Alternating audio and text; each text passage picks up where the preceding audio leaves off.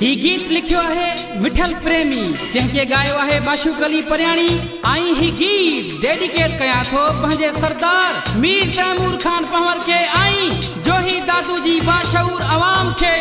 जेका अवाम मीर तैमूर खान सा गड है। खटे सरदार ईदो खैर सा ओ जमालो आहे झेड़ो पंहिंजो खैर सा ओ जमालो ओ खटे सरदार ईदो खैर सा ओ जमालो खटे तैमूर ईदो खैर सा ओ जमालो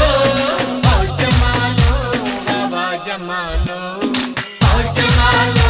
बाबा जमालो ओ खटे सरदार ईदो खैर सा ओ जमालो आहे झेड़ो पंहिंजो खैर सा जमालो ओ जमालो मिलन दियो मुबारकूं हर हंध दावतूं मिलन दियो मुबारकूं हर हंध दावतूं हर हंध दावतूं जमालो खटे सरदार ईदो खैर सा जमालो आहे झेड़ो पंहिंजो खैर सा जमालो बाबा जमालो ओ जमालो बाबा जमालो खटे सरदार ईदो खैर सा ओ जमालो आहे झेड़ो पंहिंजो खैर सा जमालो ओ खटे तैमूर ईदो खैर सा जमालो आहे झेड़ो पंहिंजो खैर सा जमालो जो ही दादू शहर में खुशियों घर घर में जो ही दादू शहर में खुशियों घर घर में जो ही दादू शहर में खुशियों घर घर में जमालो हो खटे सरदार ईदो खैर सा जमालो आहे झेड़ो पंहिंजो खैर सा जमालो बाबा जमालो ओ जमालो बाबा जमालो हो खटे तैमूर ईदो खैर सा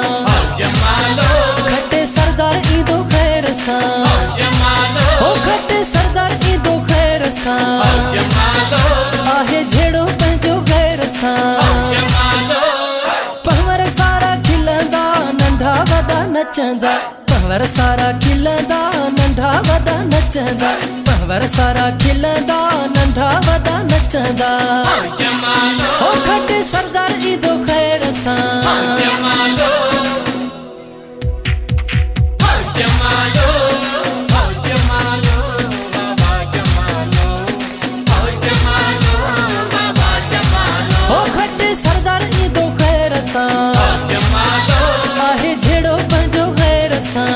जमालो हो खटे मीर ईदो खैर सा जमालो आहे झेड़ो पंहिंजो खैर सा जमालो मिठल साल ईदा पूरी थी उम्मीद मिठल साल ईदा पूरी थी उम्मीद मिठल साल ईदा पूरी थी उम्मीद जमालो हो खटे सरदार ईदो खैर सा जमालो